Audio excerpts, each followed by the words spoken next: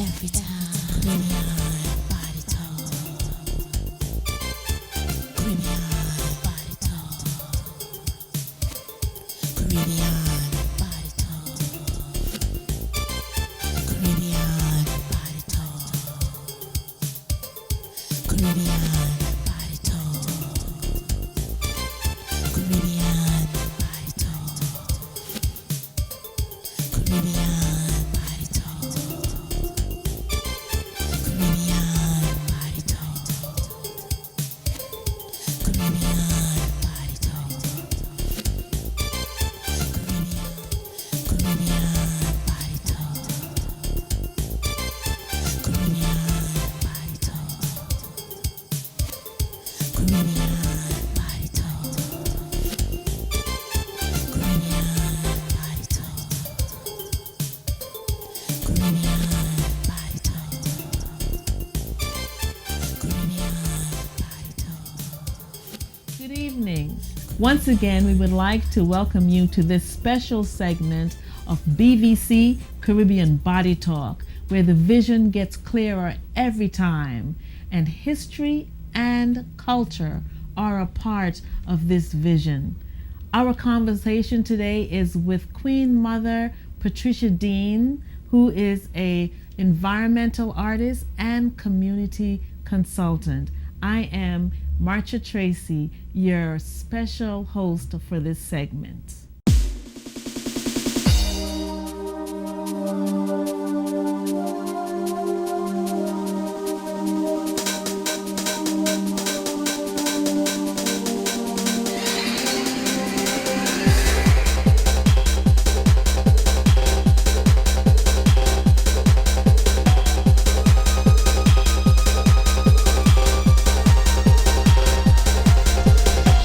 Welcome back to BVC Caribbean Body Talk, where the vision gets clearer every time.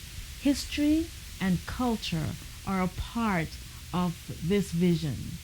Hi, my name is Marcha Tracy, and on this special segment of Caribbean Body Talk, we welcome you, Patricia Deans, who is a part of our neighborhood in which you work, you live, and you play.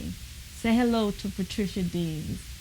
Hi, Patricia. Hello, how are you? I'm wonderful. You look marvelous Thank you. today in your cultural attire. Thank you. And we're going to have a marvelous time talking about the culture, Oh, yes, we are.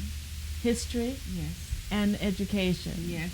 So stay tuned, relax, call a friend, and tell them to tune in to this station. We will be right back. Caribbean body talk.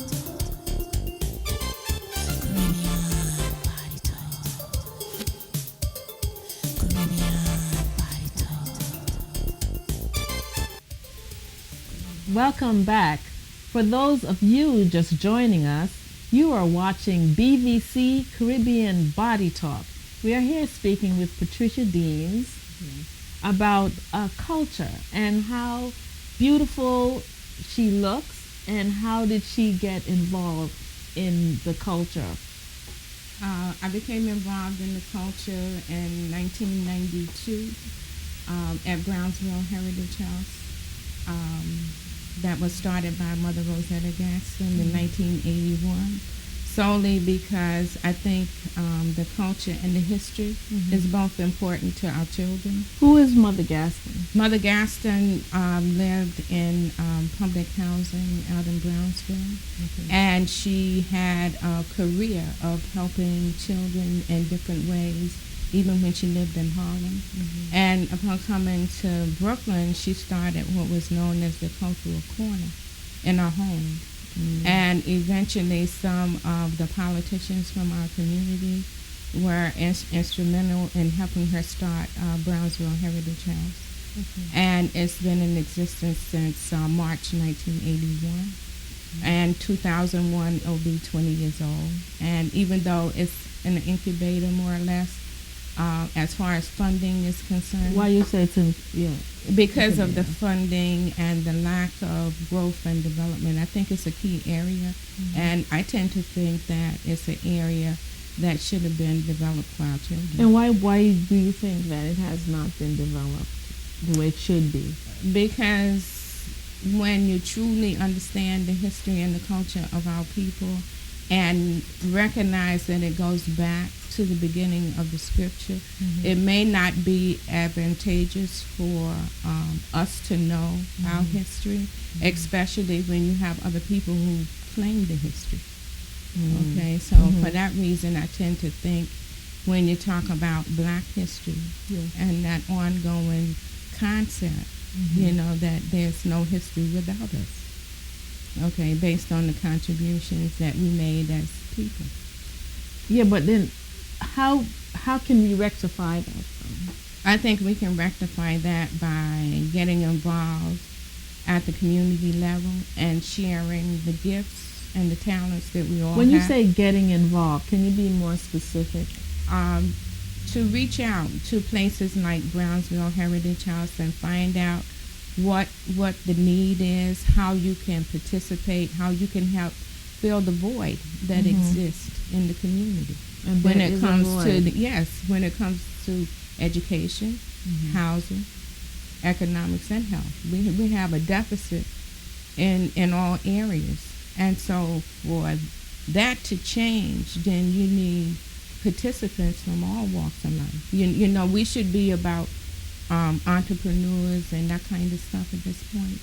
Well, in what way do you think the politicians would be able to assist us, or have they been assisting Wow. us? For me, I feel as a person, just based on where I'm coming from, unrepresented in the process, because even in '93, when I was downsized and thought that human rights was an entity that was in place for my benefit, you never know what you have until you have a need for it. And once you reach out, it's in all actuality not there. You know, so for that reason, I tend to think that a lot is dependent on what we can do for ourselves. So you're saying we should not really, we shouldn't wait on a politician to do anything for us. We should be out there as a people, just combining our strength and our effort to make things work. Right. There's strength in numbers. Let's talk about the history. You're from? I'm from North Carolina, Wilson, North Carolina. Wilson, North Carolina. Right, I grew up there. Yes, and you grew up there when there were colored-only signs? Yes. What was that like? For me, from a very early age, it just didn't make sense. You know, as it relates to the interaction that we as people had, you know, where it was okay for maybe you to nurture other children or to serve in any capacity, but not able to receive a drink from the soda fountain in the Woolworth 5 and 10, that kind of stuff. So for me, it never really made sense, but I saw the effects even after the signs came down, that once you have a mindset after integration, that the mindset is already there. So you more or less you took down the invisible sign, the visible sign, but the invisible was still there.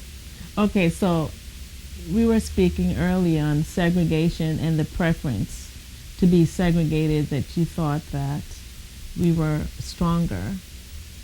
Can you elaborate on that? I think we were stronger when we were segregated because I attended all black schools. Okay. And we had people in all walks of life, teachers, physicians, pharmacists. And, you know, going back home after some years, all of those businesses disappeared. You know, is that the thing, that we are not self-sufficient? So because we're not self-sufficient, well, segregation made us self-sufficient, but integration made all that go out the window. We started... Right, because as we evolved in the technical world, we as people devolved. You know, the accomplishments that we made were then taken away. I mean, if you go back and you really do research now, you know, to see in all actuality, that's what happened. Okay? So we regress. Yes, most definitely we regressed. Let's talk about our legacy as a people, from what was passed down from generation to the strength. Maybe I'm talking about the strength to keep us going. Yeah, and I think that's something right now that we as people fail to pass on to this generation of children, is that strength that was shared with us, that inner knowing who you are, and knowing what self involves, what it encompasses. Are you saying that now a lot of us don't know who we are? I say that we've been caught up in the hype.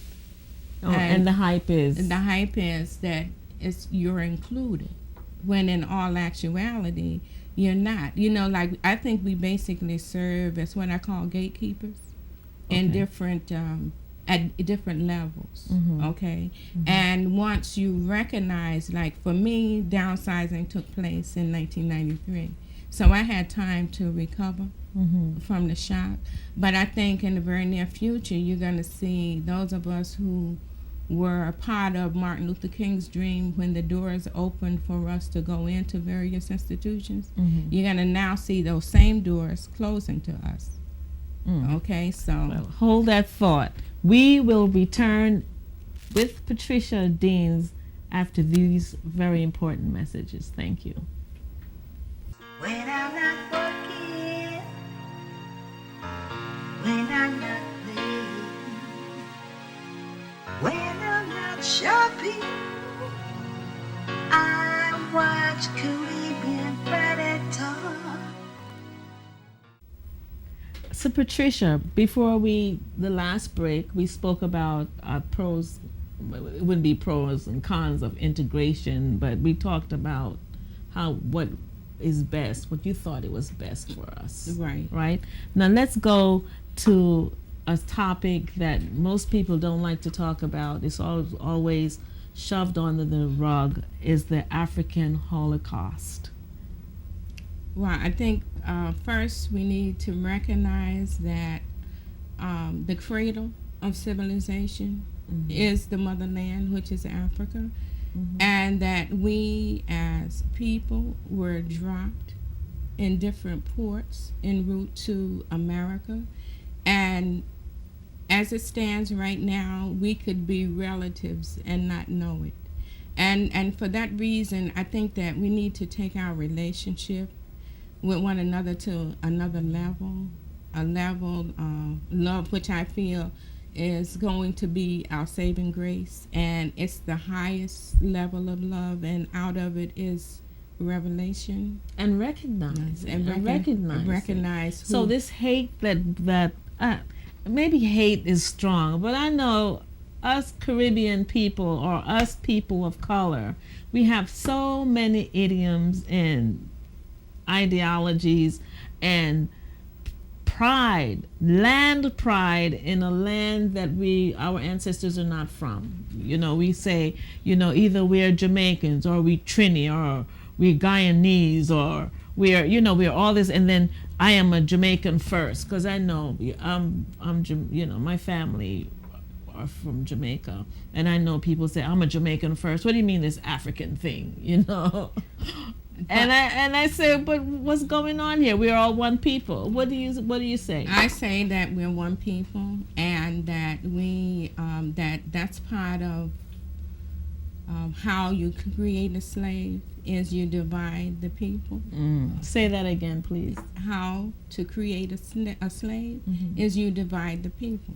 And as long as you have the boundaries that's been set, and understand why those things were set in place, and what type of mechanisms they are, and those mechanisms are supposed to keep us separate and divided.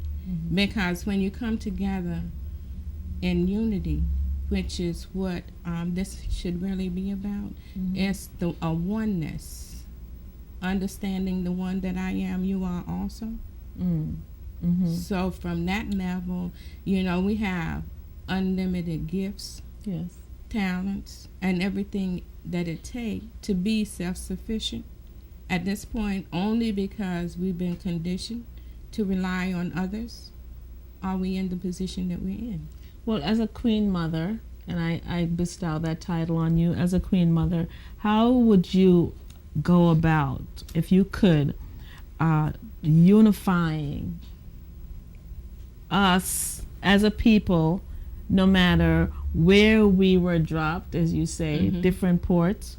How would you go about by just trying to get us together as one? I think I would start with the leadership as it stands right now, be it political or the church, especially because that's one of the main institutions in the lives of black people. Yes. Okay, is the church.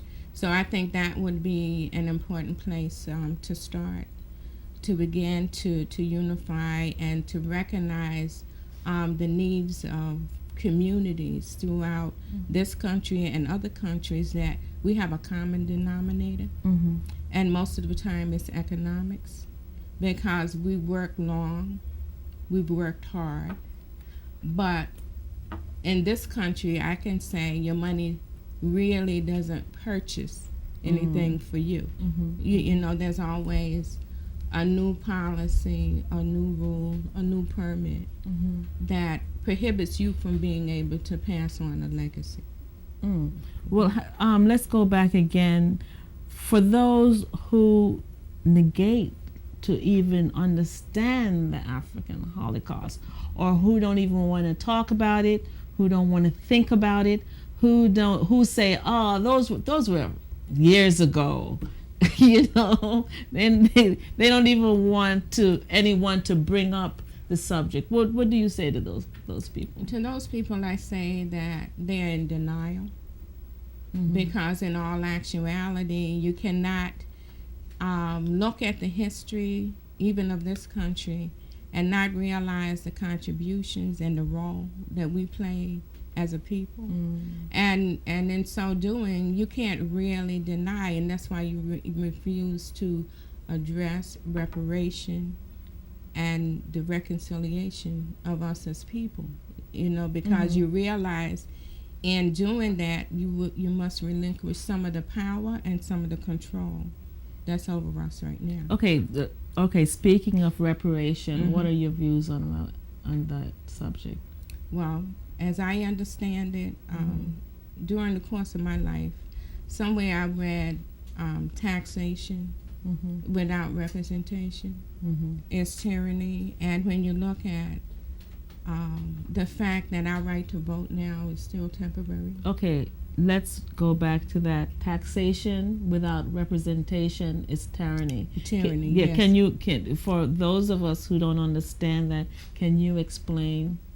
Well, I feel as a black female in America in the year 2000 that I've contributed in every conceivable way in terms of the formula that you're given to make it in this society.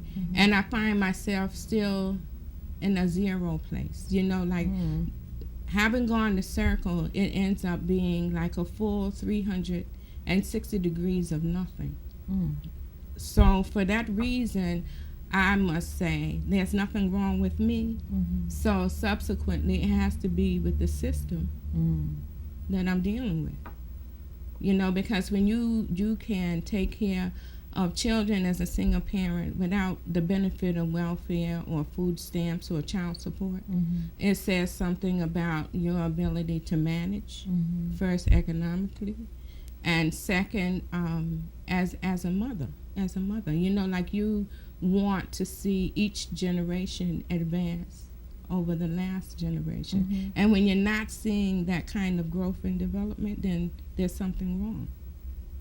And I don't think it's something that if we admit to ourselves that we were miseducated, and now we're sitting back and allowing our children not to be educated at all.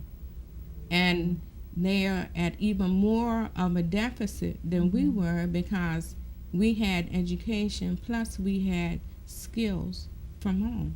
These children have no education, no skills, and they only know one side, which is the negative.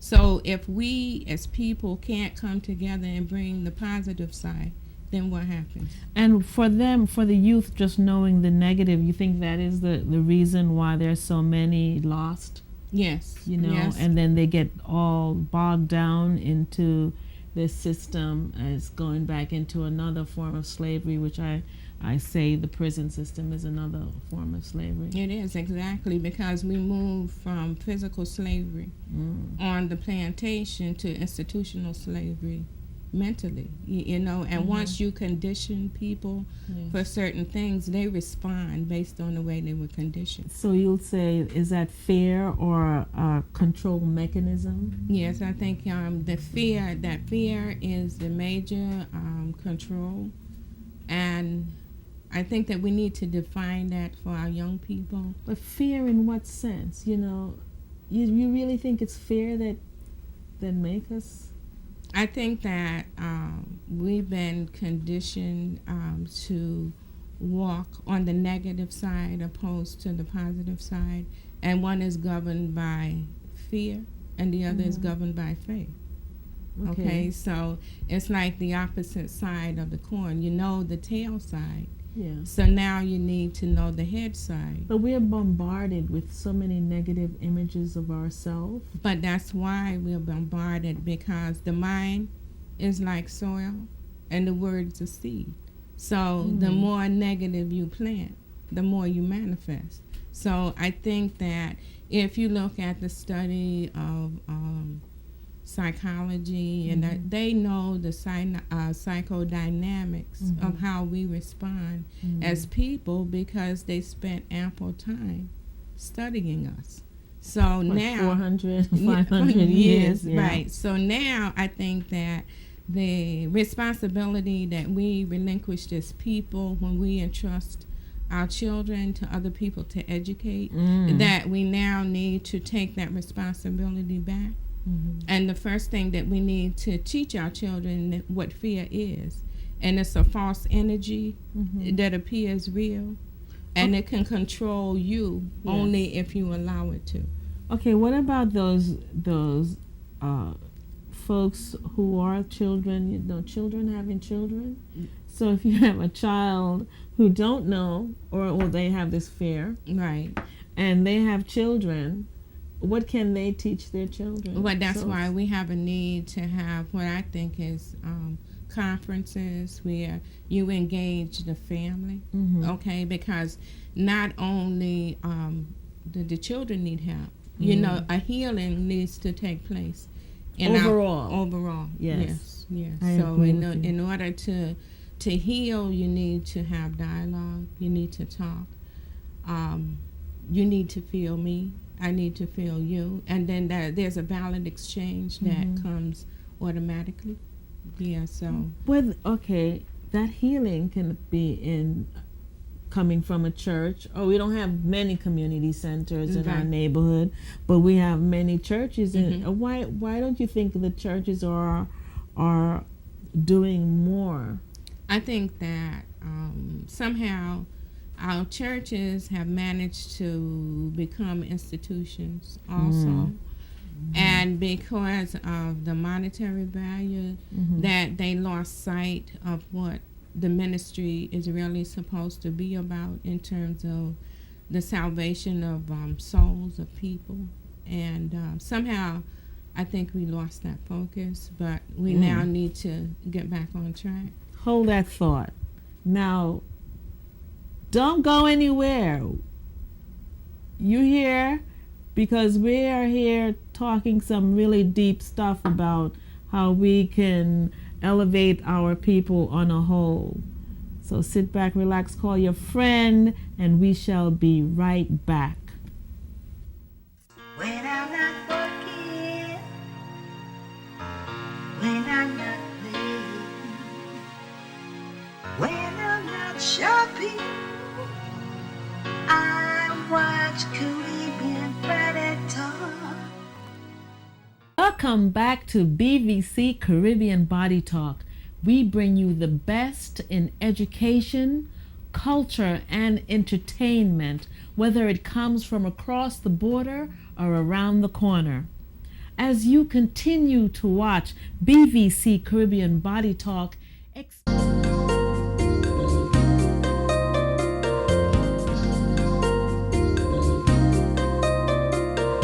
Now, let's go back to Patricia Deans. Remember, we spoke about the African Holocaust.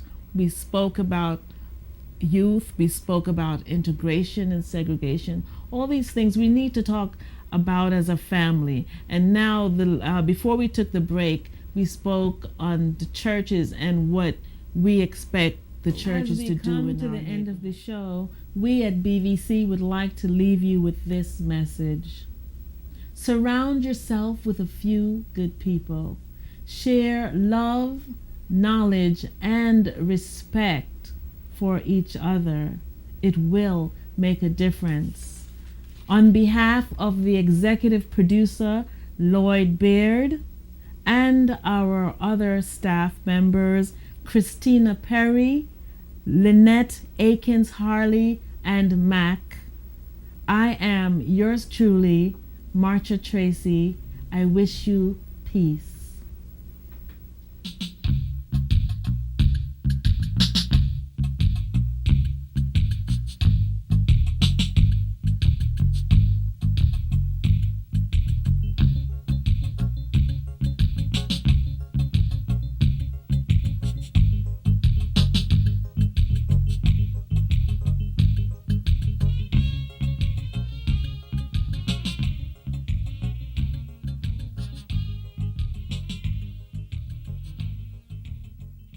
When I'm not working, when I'm not playing, when I'm not shopping, I watch